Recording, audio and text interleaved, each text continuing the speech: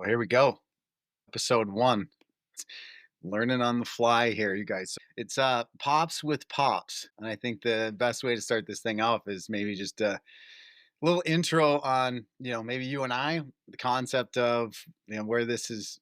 We don't really know where it's headed, to be totally honest, but where kind of the idea came from, and we'll go for there. We'll start with intros first. My name is Luke Popham, and I'm super excited to be able to have a co-host on this podcast with none other than my dad. So I'll kick it over to you, to the other pops, however you want to phrase this, but pops with pops, if you put it together. Yeah, Matt Popham. I made him, so that's the way I do it. I try to just make my friends, and because I'm not really a people person, in general. So I like to make people that are kind of like me, not exactly like me, but sort of like. Well, I'm glad we got the intros out of the way because no one could tell the striking resemblance between the two of us. So that's good.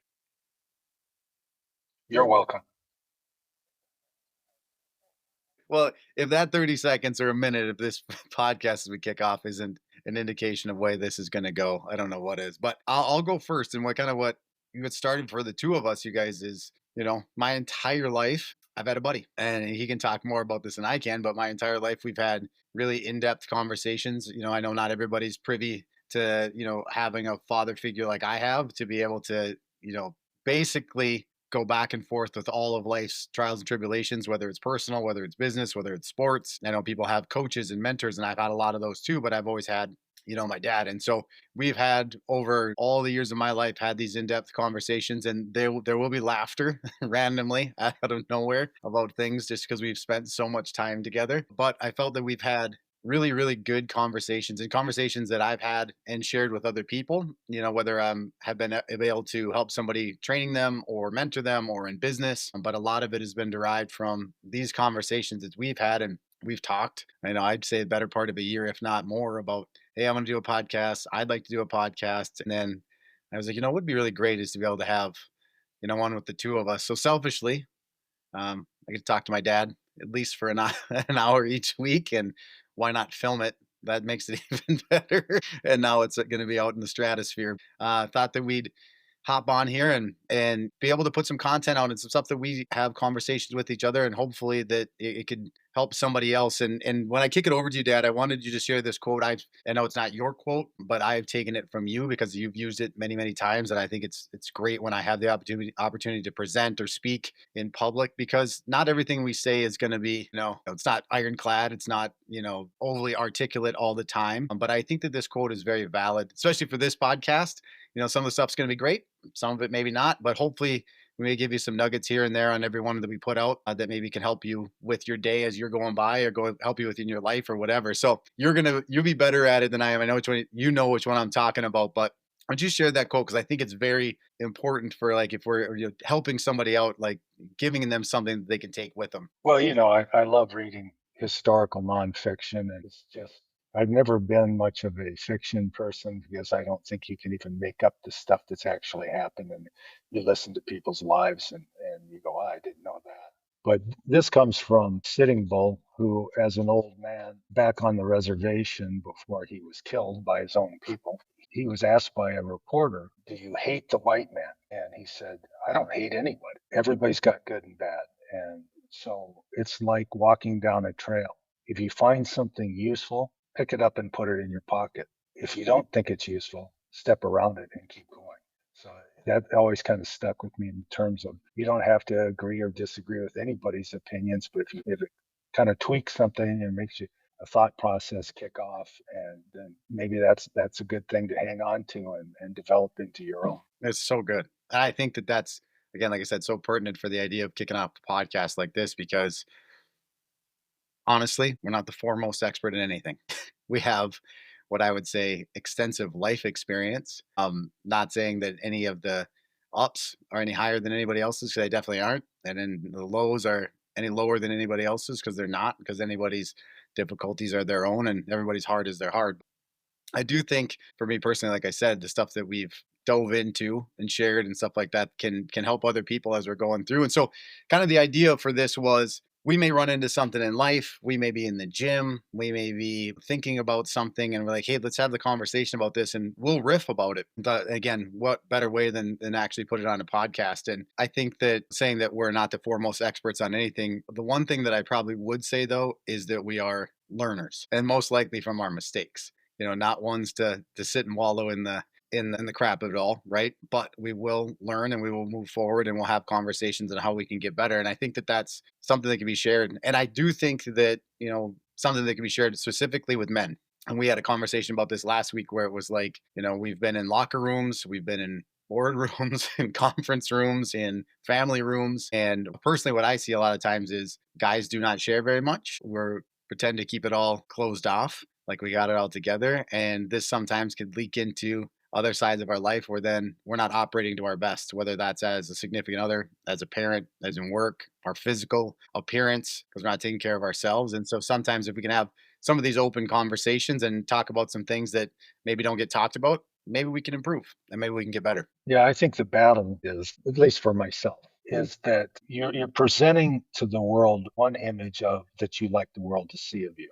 And that's a very practiced thing, right? Because it's your body, it's your expressions, it's the way you talk. So you're very good at it. You know how to do it. Especially think about when you meet people for the first time and the image that you project to them.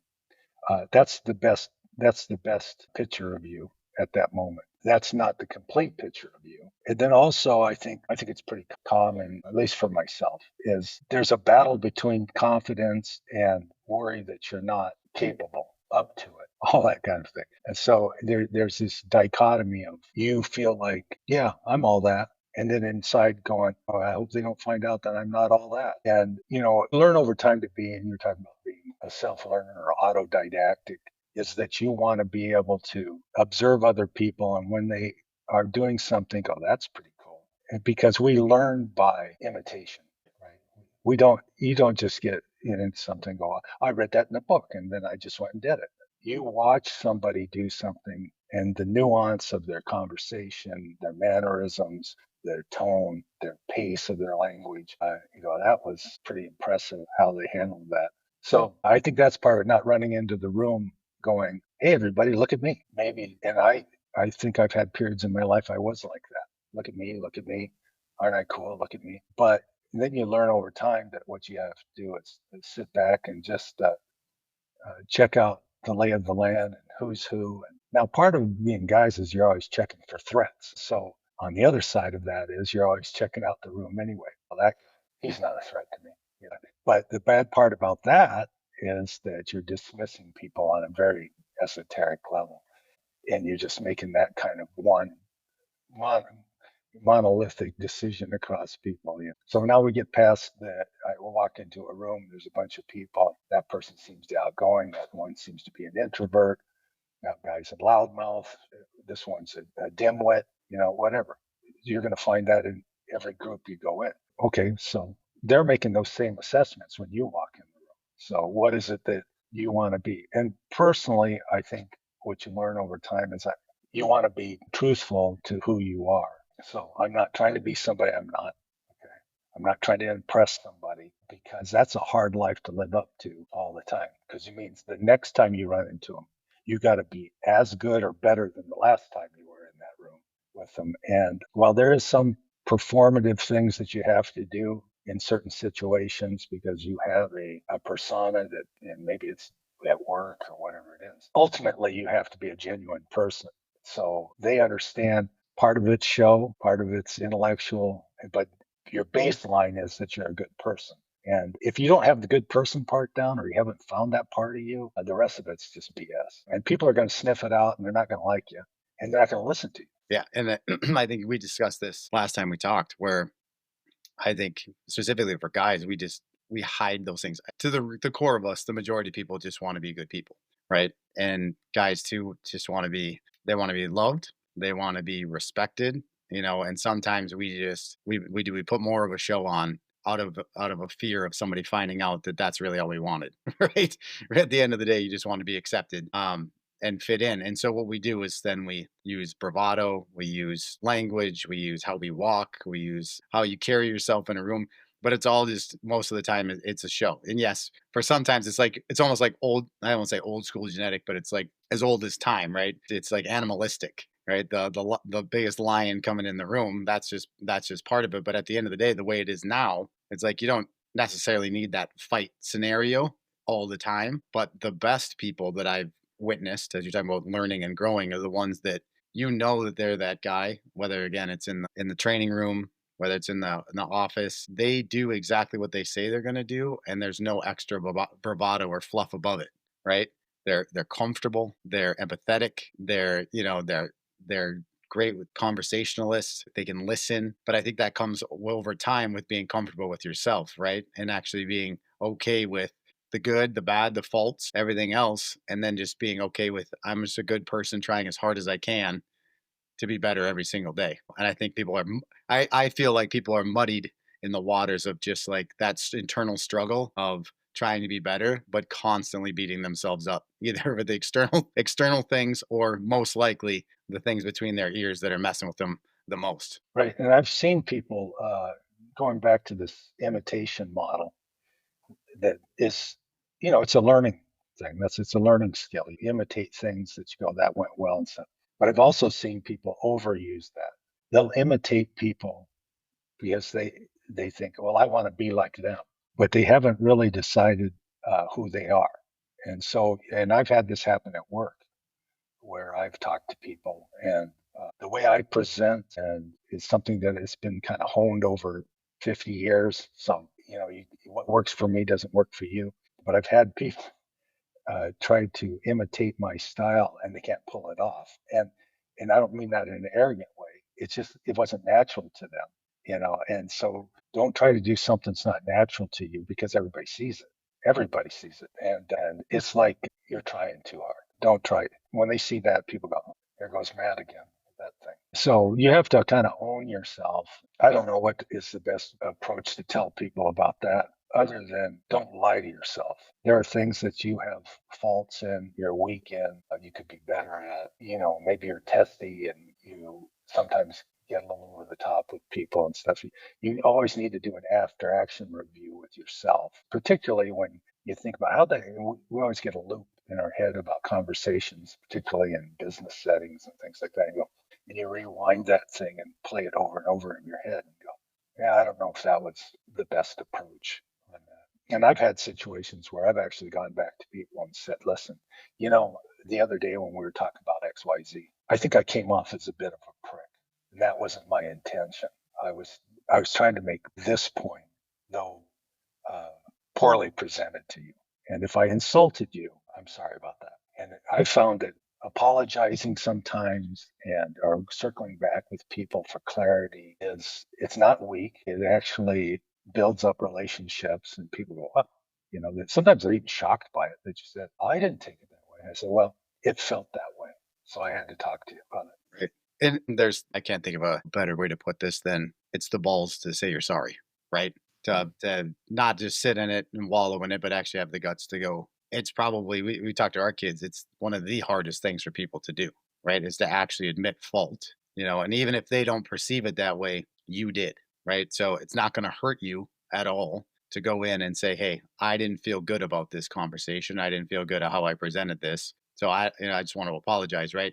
And then that opens up that trust, right, for somebody else to then be like, okay, this person is somebody that I probably could communicate with. They feel authentic for me, and not using the word authentic the way it's kind of been glossed over for people right now, but that's somebody that's true to themselves and is okay enough to say, hey man, I wasn't right with what I said last week, and so let's move forward from here. And I agree with you. I felt more growth in relationships and the ones that you can admit those faults in those conversations and say you're sorry and be like, all right, well then how do we improve from here too? Well, the bottom line of any kind of failure is if you're going to let anything, whether it's a conversation or a goal that wasn't achieved or whatever it is, destroy you, what's the rest of your life look like? I mean, I got a few less Wednesdays than you have going forward. However, the ones that I have left, they've got to be positive and productive, and I feel good about what I'm doing and who I am as a person. So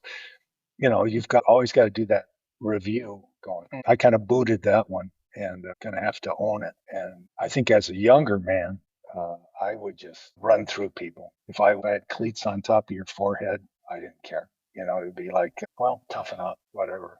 But you find out that when you do that, at the end of that line, you find out that I'm in an open field with nobody. Hey, look at me. I won. What did you win? Loneliness, not being around anybody. Good for you. You know. Yeah. They'll find your body curled up under a big pine tree someday. You're saying that, and it actually makes me there was something in there where it was like, it's being okay with failure too, you know? And I think sometimes, and I definitely have had stages in my life too, where it's very self-serving, right? And it's very look at me. But if you're constantly sometimes pushing in that, it's almost like you're trying to outrun the failure, right? I feel like, if you're just pushing that hard, sometimes you're almost afraid to take that step back and analyze the procedure, or analyze how you've acted. And I think sometimes the reason we don't analyze that is the fear of actually looking at it and go, "Oh, I failed there.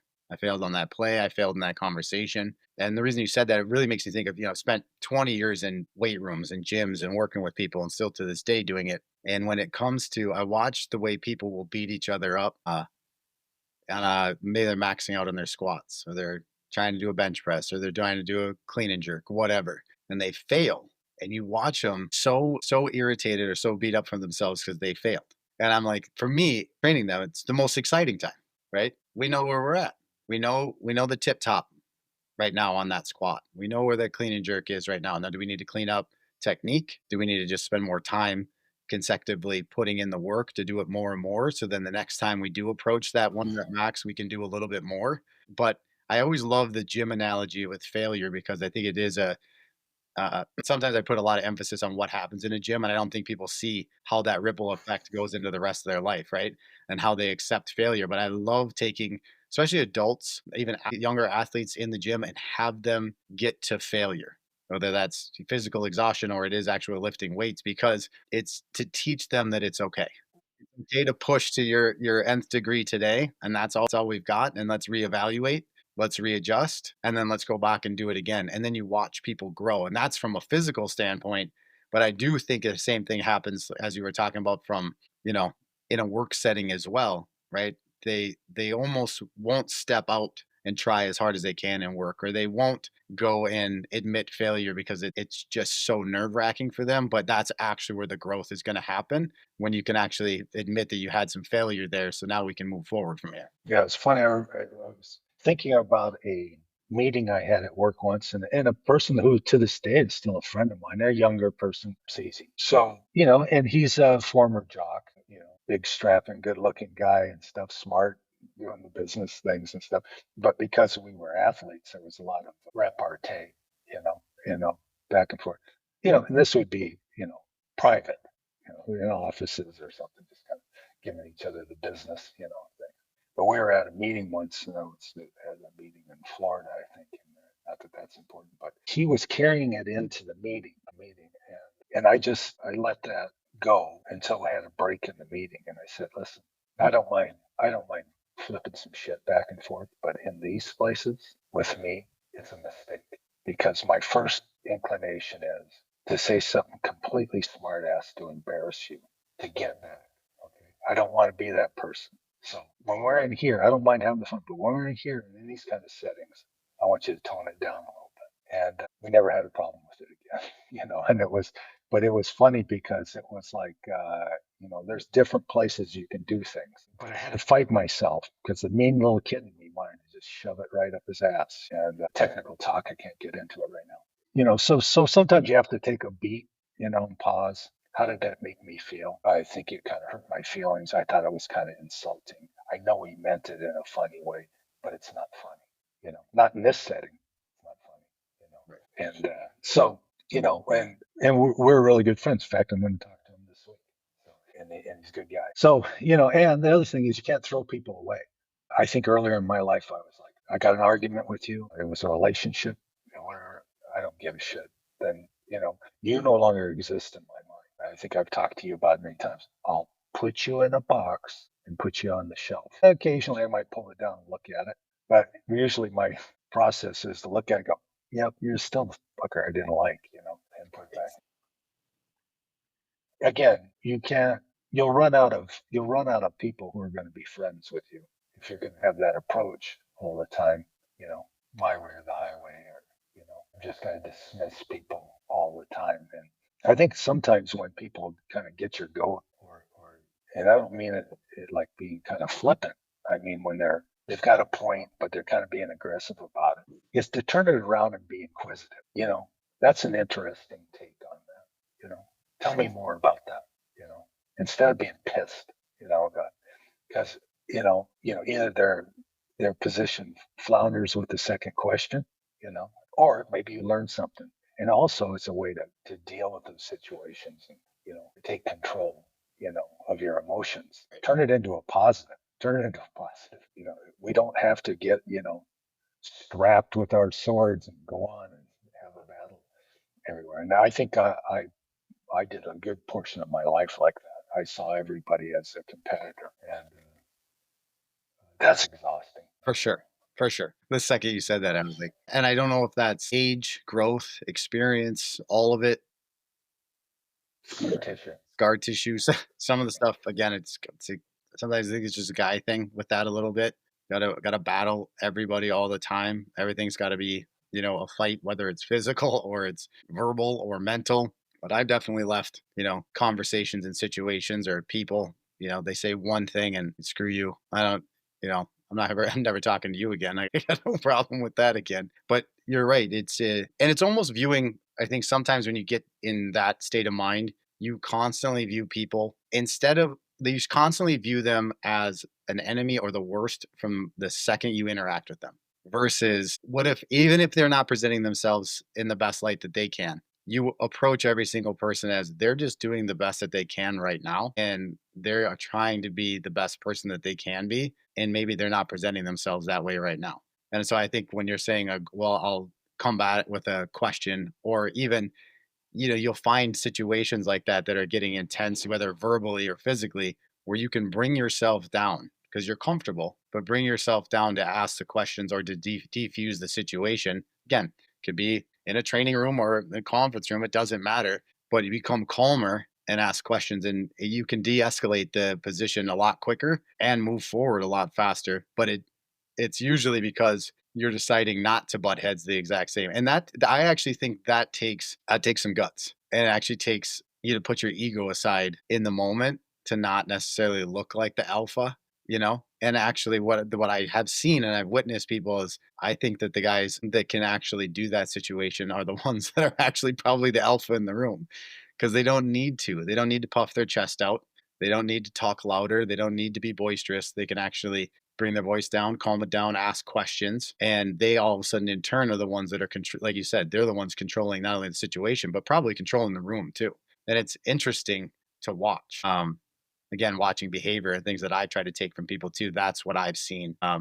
Again, whether it is in a business setting or more likely in a training room, I've watched the ones where two people are going at it. The one who can calm themselves in that situation is the one that eventually was going to take control of it. It better, actually. Right. Well, one thought that has always kind of, as I got older, would go through my mind: Am I solving a problem or am I creating a problem by my behavior or my position? I've got to win everything. I got to, that's that and it's really tough in the virtual world, right? We're in meetings all the time, and I'll be on calls with 20 people, and everybody's stepping all over each other and stuff. And they don't mean to. They don't mean to. But sometimes you have to just sit back for a second. And I'm somebody who talks a lot with his hands and everything, and I think, why don't you just settle in and be calm for a little bit? Just observe. If you got something to say, say it. You don't have to have something to say. Sometimes listening to the conversation and not participating is participating, right? So it's all good. I'm always because of sports background, you're always in a competition mode. I see everything as competition. I see every person as a competitor. I see every situation as win or lose, and that's a kind of a almost genetic predisposition that I have to fight against, because most things in the life are a negotiation, and it's not the perfect answer from my point of view is the only way that this will be satisfactory outcome. is that, well, I'll give you an example. Let's think about people who have, and you know this from your background. So people who have goals, right? Goals have almost gotten to the point of being, it's been overused. What is it that you want to achieve? You know, whether it's personal or, health wise or monetarily or with your family and stuff. So somebody has a goal and so they failed at whatever it is. They put this thing out there and they couldn't get it across the line from, to their satisfaction. And they're just devastated by it, right? You were talking about that, make your heavy lift and all.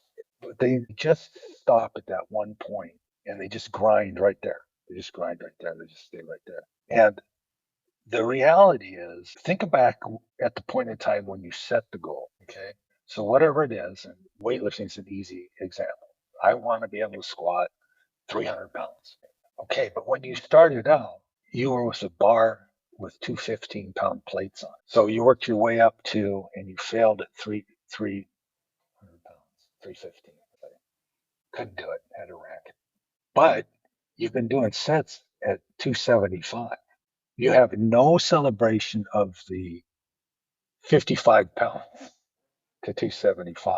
Right. You only have the devastation of not going from 275 to 315. And so I think there's a lot of that in life where you go, I have to go back and look to where I started. Am I better off having attempted a goal and gotten to a certain point? And that's progress. So, it's the old thing about progress, not perfection, right? So and you have to look back and say, hey, do you not feel good about, are you not a physically stronger person than you were when you started out? Are you not healthier and stuff? And you still got to go, and you're still going to go for that 315 pounds. I know you are, but it's just not going to happen today. I think that's true with a lot of things in life. We go, well, I just got to move on to a new goal, totally new thing. Got to Yeah. just it. Yeah. That's it. Now I'm going to become a country singer. That's it. Yeah. I'm out of here. That's So yeah. I think that's so interesting. And actually, we talked, you know, about a few things obviously here about hitting goals, the way that we show up, and all that kind of stuff. And I was talking about coming on to, this podcast. You may have a thought. We may riff about it. Same with me. And as we were talking about this, if I was on the other end of this and I was listening to it, and I was like, okay, well, that's me. In every situation I get into, it's a battle. Every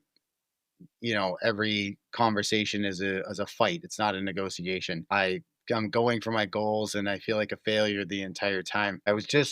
I gave a speech, I don't know, 6, 8 months ago, and it was to a group of business people. And I was like, the conversation was, how do you elevate your life so that you could elevate your business? Right. So a lot of these things are like, there's things that if we personally could work on and change, then everything else potentially is going to get better. Again, that ripple effect, right? As you're going to do stuff. And so I wanted to throw this at you as we were talking here because I wanted to see kind of your thoughts on some of it. So I was like, okay, let me give you 6 simple things. Because if I were to listen to this and I were to feel any of these feelings of being an individual, which I've been there, and I'm like, okay, my mindset is always like, okay, great. Thanks for the concepts or the awareness that I'm one of these people. Now what? Right. I'm always like, I've been in presentations where somebody's giving you, whether it's something on business, doesn't matter, or whatever it is, and you got your notebook out and they'll give you the surface level at all. Have you ever found yourself doing this? Have you ever put yourself in this position and you're writing it all down? You're like, yep. And like, okay, well, just have the awareness. And then you're staring at your notebook, and I've gone back and looked at notes and go, oh, great. You kind of left me now aware of my shortcomings in this moment. And now what's next? So these are the 6 things that, as I was thinking about, very similar to our conversation, if somebody were to leave this conversation, like what could you work on? And so I was just gonna throw it at you and kind of see what your thoughts are. So number one was like, whether it's in business or goal or in the gym or whatever, like this like obviously was a business conversation, but understanding your why, right? So for your example, why did you want to start out to squat 315? Was it because you used to be 50 pounds overweight and you were sitting on the couch and you're watching Netflix 6 nights a week and you're not what you visualize for yourself? Like, why are you here doing this? Right? Versus just that goal. Is it in business? Are you going to work every single day just looking for the same promotion so you can make some more money? Well, that's not necessarily going to always elicit the reaction or the feeling that you want. But why are you there? Are you impacting lives? Is your job allowing you to go home and make a better life for your family? Understanding why you were doing the thing that you were doing is probably going to make the process, again, not just staring at the goal or the end line, but the process more enthusiastic. So understanding that why, that was my first one. My second one was this, and this is a tough one. And I even said this in my presentation. I was like, this one will make people queasy at times, but who do you surround yourself with? You hear this over and over again, but you're probably a reflection of the top 5 people you hang out with. So sometimes, and I've worked a lot with people on their physical changes and stuff, and somebody comes to me and they want to lose 50, 100, 75 pounds. I could probably tell you the next 4 or 5 people you're hanging out with have pretty similar habits physically, with food, yeah, how they talk, all that kind of stuff. And if it's financial and you want to get better financially, chances are you're hanging out with the same people that wish they had a better financial standpoint than just like you, right? So I think that that's a tough one of evaluating who you're surrounding yourself with. And sometimes for people, it doesn't mean go home and kick your friends to the curb, not hang out with your significant other, but how could you put yourself in situations where you are surrounding yourself with somebody that's going to elevate you? So again, you talk a lot about business setting. Do I find a mentor? Do I find somebody that I like their behaviors and how they operate when I'm around and take them to lunch? Do I, try to get into those meetings as much as I can? Do I go to the weight room and somebody who's stronger, faster, better than me? Can I do a couple sets with them? Can I catch a workout with them on a Tuesday? So that's my second one. Like, how do you surround yourself with those people that you would, as you said, like to imitate, to kind of, as you talk about sports, right? Get the rub, right? If you can get around them, there's a chances are you're going to get a little bit of that energy, a little bit of those behaviors, and maybe you get a little bit better from there. The third one that I have is, what are you listening to? What are you watching? What are you reading? I think it's so great that you and I can do this together, because I do more audio listening as far as I try to better myself as much as I can. You read more than most people that I know. And I think that that's so important, right? Because most people this day and age are scrolling for hours on social media. They are sitting at home staring at the TV for, on average 3 to 5 hours every single day. So you're talking about grinding your gears. Well, it's really easy to get stuck, hit up against that goal, fail, do whatever. And then you just are not doing anything to get any better, or even trying to listen or enhance your mindset.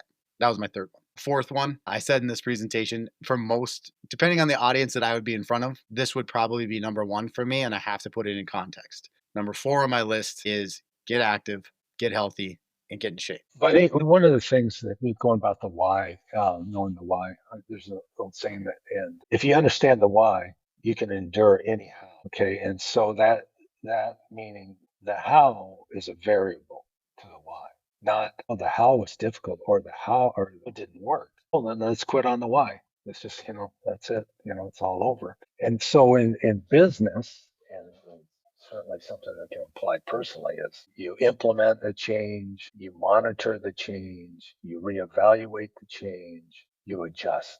And that continues throughout the whole thing. We got to this far, maybe to use it in your business, I've hit a plateau. So now we've got to evaluate, adjust, diet, workout, whatever it is, and then move on, because you're not hurting anything by doing that. Again, you have to look backwards and say, okay, I did get to where I wanted to go, but look how far you've come. And I don't think anybody's good at that. Okay, well, it reminds me of, I use this quite a bit. When you use your train of thought when you're talking to people all day long, like we both do. And I tell them, I go, this is like the dog playing with the ball. And you had a thought, and then it rolled under the couch, and I can't get the ball. So then I just lay down. And that's sort of kind of what we do sometimes with goals too, right? It's like, we just quit on it because the process wasn't quite right, but the goal was still good. And we think, oh, I'll never get to that goal. Well, maybe eating with cheese dip is not going to help your diet, that kind of thing. Right. Yeah, it's just, so, and listen, that's one of the things we need to talk about is, I'm not here to give anybody advice about anything. My life is replete with errors and mistakes and regrets of one kind or the other. However, I think I've tried to, since I was about 30 years old, tried not to repeat a lot of, well, that stove was hot. I'm not going to do that again. I touched that again. But Right. also, you have to look at things as, and I see people do this too in business settings. They got in trouble on some issue and they never try it again. They never do it again. No, I got chewed out by somebody about this or that or the other thing. What? That's not really the thing. You just approached whatever you were doing incorrectly. You had a bad result because your process was no good. Your how was no good. Your how wasn't good. Your why was good. And but people quit on it. They just go, I don't want to go through that again. I see that a lot, in business.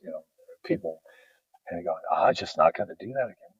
How can you give up all these opportunities just because? If you're just trying to avoid problems, wow, what a boring ass life you're going to have. I mean, Right. life is nothing but a series of problems to be. It's Today all a is test. It's a test, right? And I think yeah, that that goes back to, talking about that why conversation. If you're rooted in why are you doing that, then you will figure out a new how, right?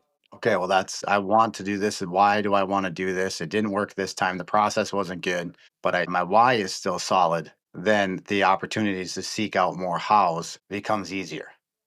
Right. But I think that most people don't know why they don't relate it, whether that again that's in work or it's working out or whatever. They forget that process about either why they started or why they're doing it. So yeah, then the how just is going to shut them down. It's as we were going through that, we got to my fourth one on that list. I was talking about getting in shape, getting active, and being healthy. And I was talking to this group, and I actually revisited this presentation 6 to 8 months later. And I said, that's the fourth one on this list that I put down. And most of the time, I'll probably tell you it's number one. And the most time in front of group settings, I won't say that it's number one because somebody's going to come up to you later and say, well, my order of things in my life are my faith, my family, then maybe it's, my community, my work, or whatever I'm doing. And when I say that about getting healthy and being active, it doesn't dilute or make those other ones less important. My point being is that I firmly believe, and again, years and years and years of not only working on myself, but working with other people, that if you're in a constant process of presenting the best version of yourself, you're better at all of those other things. Right. And it's like the example of you get on an airplane and they're giving you the safety presentation and the air masks fall down and they tell you whose air mask has to go on first. Yours. Why? Why does it have to be yours first? because you can't help anybody if you're debilitated. Exactly. Right. So that's always my conversation, or when I'm having this conversation with people, I'm like, so it seems superficial when I say get in shape, get healthy, be active, do all that kind of stuff.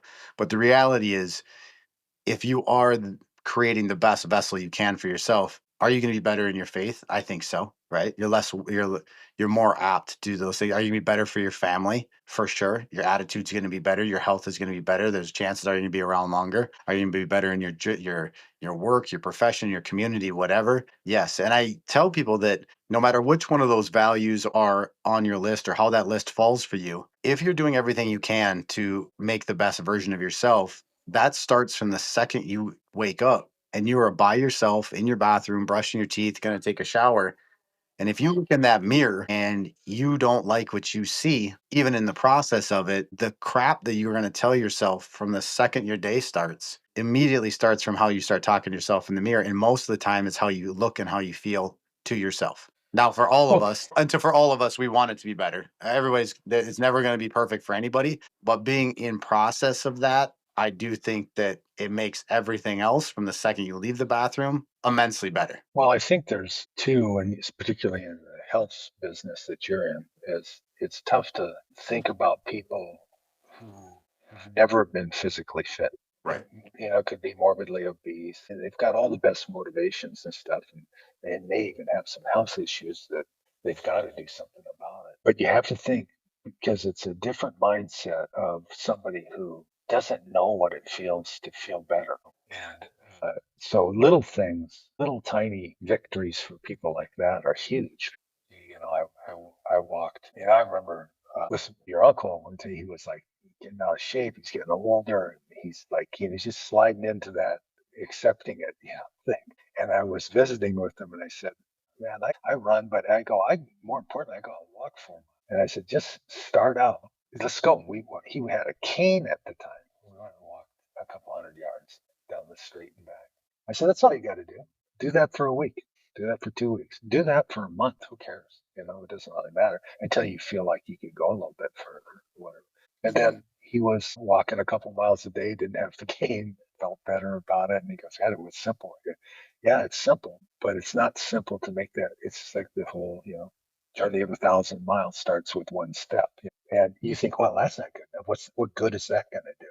Well, it's going to do a lot for your mentality because you're doing something. You're not accepting your situation. Right. And you know, I could die tomorrow. I'm just hoping from between today and tomorrow, I'm happy with my life. That's just because nothing's guaranteed. So you gotta. And so it's hard. It's hard to relate to people that have those kind of struggles, but they're so down on themselves. It's hard for them to find a win. Just like it, just talking about your brother. I mean, the win is you didn't sit on the couch and you actually, with a cane or whatever, you were moving forward. And, again, I do think you made the point about goals getting the making of goals almost gets in people's way a little bit. So if you have this goal of having to change yourself physically, the all you can do is stare at that goal and how far away it is versus just inching one step closer. And I think just even in that process, you have watched people change not only physically, emotionally, relationally, as parents in business, and watch them, you know, that they don't become somebody else. It's almost like they become who they're supposed to be in that process because they become confident in who they are. So I think that one, that's why I have that on the list is like just in process. And I don't care if it's going for a walk. I don't care if it's yoga or it's CrossFit or it's jujitsu or judo. Something, it doesn't have to be that crazy. I think sometimes we think I got to go out and start running a 10K or a half marathon or a marathon. It's like, no, you just need to go for a walk, but something. Well, yeah, you have to change your thought processes because we've all fallen into this. I've got all these goals and they all seem like pie in the sky. Well, that would be nice if I could do that kind of thing. The reality is you don't like where you're at today. Can you just do some little thing? And when you're talking about exercise, that's an interesting. I've had many people uh, talk to me about it over the years, and you really see a big difference in people between their 20s and 30s, they just, the metabolism slows down and they're not active anymore and they just age a lot. And I've had people ask me about it and say, well, what's the best thing for me to do at this age? Best exercise, the one you'll do. I don't care. Just walk. I don't care. Whatever. Get on a recumbent bike for 20 minutes. I don't really care what you're doing. You've got to move. Your body is meant for movement. It just atrophies and wears out at an alarming rate if you don't move it. So when we moved here, I had to stop my gym membership over there, and we're not ready to buy into the whole thing here yet in this development. So there's a little anytime fitness over there, and I hadn't lifted weights for about 30 days. And I mean I was walking and exercising and all that stuff, but it's just I don't feel like I'm exercising. My body's just meant to lift weights. That's all there's to it. And I know that about myself. So, and I really didn't get membership. I went in. It's funny. I just go like, oh, screw it. I was coming back from something went by. It was a nice, clean one, really well kept. The guy is a former Marine captain that has the place. Super nice guy. And I like the vibe immediately, and so I signed up for it, and I've it's been working out for a week or so, and it came on to me. I just feel great.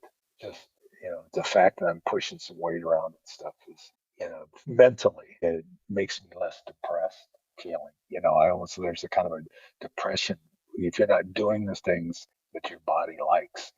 I can do push-ups till the cows come home, but it's not the same effect. Yeah. As lifting weights. And that's And and that's what almost like what you hope for people is whatever that thing is, right? Whatever that thing is, and if you've never, like you made the point, if you've never done it, they just, I feel for people because I don't think that they know how good it could be for them, and it's going to hurt in the beginning, and it's really going to suck. Sometimes they get trapped and not even starting out of fear of how much it's probably going to hurt in the beginning and how much it's going to suck. But the other end of that is, yours is different. Yours is a lifetime of moving your body one way. So then when you stop, it only takes a week to start doing it or a day. You do that one thing again, you go, oh, that feels good. But I think most people don't know how good that they could feel on the other end of it if they continually just did it, yeah, and and they energy. get have and having the sorry, but having the feeling like this, which you know this feeling very well. Instead of I got to go work out, I'm pissed I couldn't work. Right. That's a whole different mindset. And once they see results or feel better about it, they own their little workout, and it doesn't matter what it is. And it gave them some kind of they broke a sweat, or whatever it is, and then they go, oh, I like the way that feels. There's a endorphin type thing. It changes the whole. It's hard to even imagine somebody who's never done that, but we've known people like that. But I mean, to put yourself in that feeling, it's how do you get a hold of them and have them own a little bit of their health, but at the same time, enjoy it. Right. And not have it suck. It's funny that you said that quote about the best exercise is the one that you're doing. I don't know how many years you told me. Probably, I bet you over 15 years ago, we were having a conversation of that. And so I don't know why we must have chatted about it or you wrote it on a piece of paper, but I had it on a bulletin board in the gym I own for, I bet you 10 years. And because I constantly to this day will get asked questions, people are looking for in this day and age too, like what's the best thing? And I'm like, and I think it's the greatest. I think it is when it comes to physical exercise, it is the best quote, the one that you're doing. And as long as it's forward moving and it's consistent, you are going to change something. If anything, I promise your attitude will change. If it's consistent, and it's going to take a little bit. It may take 2 or 3 weeks, 4 month, 4 weeks, a month till you actually create that habit, but then it will flip. And when it does flip, it is that, oh my, I have to do this I don't want to miss doing this thing because of what happens in that feeling. All right. So there's two more that I wanted to share here probably before we wrap up this first one here. So the other two were this. The fifth one on the list was, and we talked about it the other day too, you brought it up, operating with gratitude.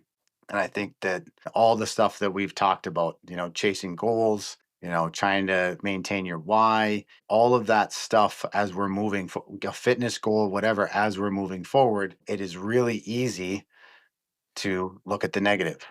Physical fitness, man, I'm really sore today. I don't want to do it again. I haven't hit my goal. The how didn't work, all that kind of stuff. However, if you can start your day, and I don't, for everybody, it doesn't need to be a laundry list of things. It can be a thought process. Your process can be different, but start your day within gratitude for something, then we can be grateful for where we are today. And I think sometimes when we're in pursuit of those goals moving forward, we're constantly, like you alluded to, we're always in chase mode and we never reflecting. And that gratitude, if you start that day in a little bit of that gratitude, we have an ability to be present, the ability to be present to right now and be like, okay, I may not be to that goal yet. I may not have this promotion yet. I may not have this in my finances yet. I may not be in this relationship yet, whatever, physically be where I want to be. But where am I today?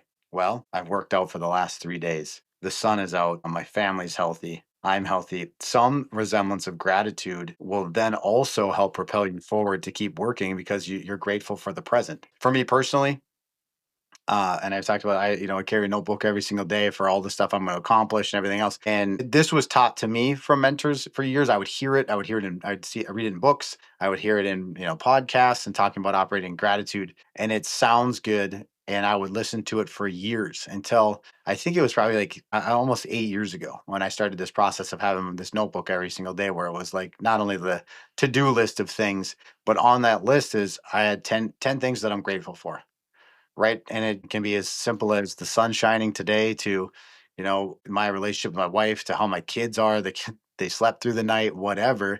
But I feel like for me, my day does not start until I'm able to go through my list of the 10 things that I'm grateful for.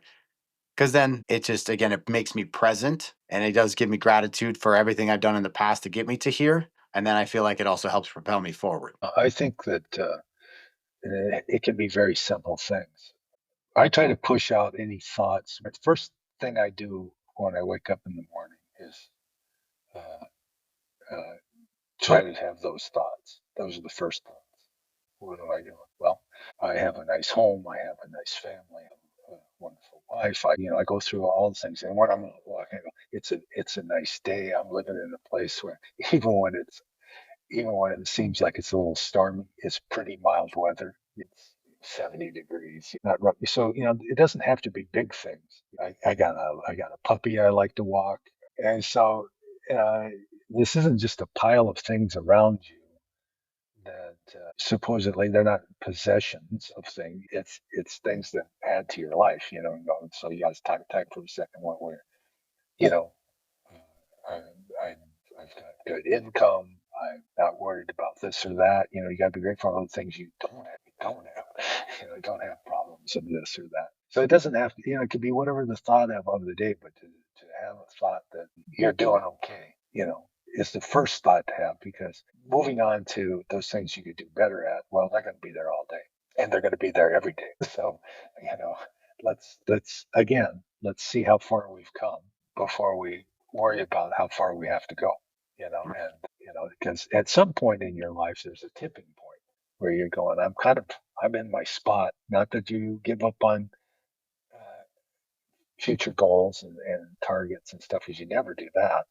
But you have a certain level of comfort that you should be grateful for that wasn't there in your younger days, whether it's money or place to live or whatever, gifts or whatever you want. It can be all kinds of things, that battles you've gone through. You don't have those battles today. So Yeah, and yeah, again, that idea of being present to what actually is good, because the negative is going to be a laundry list, right? Whether it's negative or what ifs or I wants or all that kind of stuff is going to be a very, very long list. But what we have right now, that list is just it's more important, in order to attack going forward. And then I think, for me, why even going into having this podcast with you, because I would put you in this category, obviously, but my sixth one on the list was, find a mentor and find a coach or find an accountability buddy, somebody that, will push you, whether it is that accountability to go to the gym one more day, whether that's, hey, tell me what you're listening to or what you're reading, or it's somebody just to tell you when you're about ready to give up on your why, or your analogy of the dog looking for the ball under the couch, and you're just going to stop looking, that says, hey, why don't you maybe just move over a little bit and reach over here.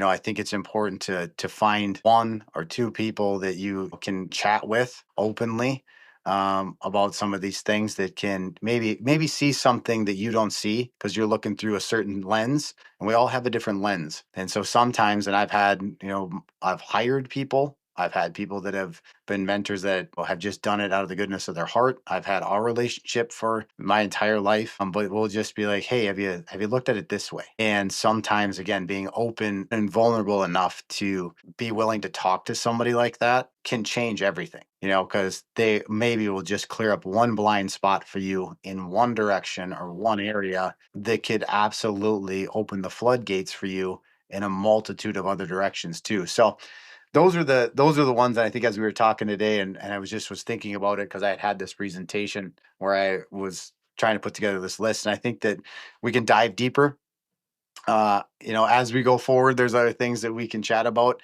and there's probably things we could add to that list. But I do think that those are a lot of the things I was like, if we could, and you don't have to attack all of them, right? If you could take one of those things and just, work on it and be moving forward, at the end of the day, one of the days you're going to be doing a little bit of gratitude, and you're going to turn around, look back and go, wow, look how far I've come because I've actually tried to better one or all of these things on the list. And you're going to be further down the road towards your goal than you might otherwise be. exactly, it's baby steps. Baby steps. I like it from the sense of humor is part of it, but there's a lot of reality to it. It's just consistent effort. That's all it is. It's not perfect effort. No, you just listen. Everybody's challenged every day, and the biggest challenge is fighting with your head. That's all it is. It's just a mental game of your worst critic, your worst enemy. Everything is. You just go look in the mirror. You found them. There it is.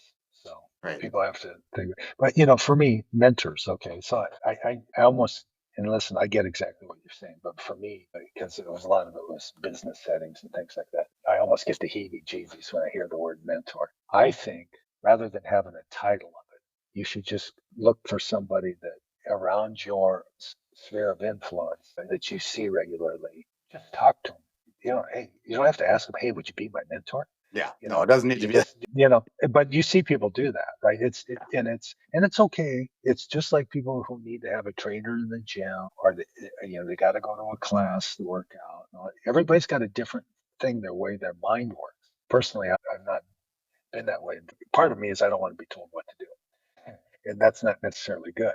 I'm just saying that's the way I'm built. But you need to look at people and go, I really like that person. There's just the whole vibe about them, the way they think, and stuff. And they don't have to be overly impressive. They just got a good way about them. Then make an effort to talk to them, ask them questions. Take them to Hey, lunch.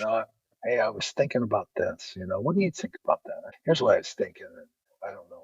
Listen, people, love sharing their opinions, but, let it be a little more organic. I mean, there's something professional mentors. I get it, but there's plenty of people life is, it's a la carte. You can pick and choose things. I think that's such a good point. And I don't think when I use the title of that, I don't think I've ever actually asked somebody that either. I use the analogy or the story I've had. Somebody that we were around in business setting that for the longest time, we'd have really good conversations when we ran into each other at like work events in the weight room. And it would be maybe about a book, maybe about whatever. But because I liked the way this individual operated, I used to say forever that I would go to events and thousands of people, and I'd be in the back of the room and I'd watch this guy interact with people, and he was help putting the event on. He was the speaker, but most people didn't know who he was. And I watch him on his own shake hands with people coming through the door and just say good morning to people.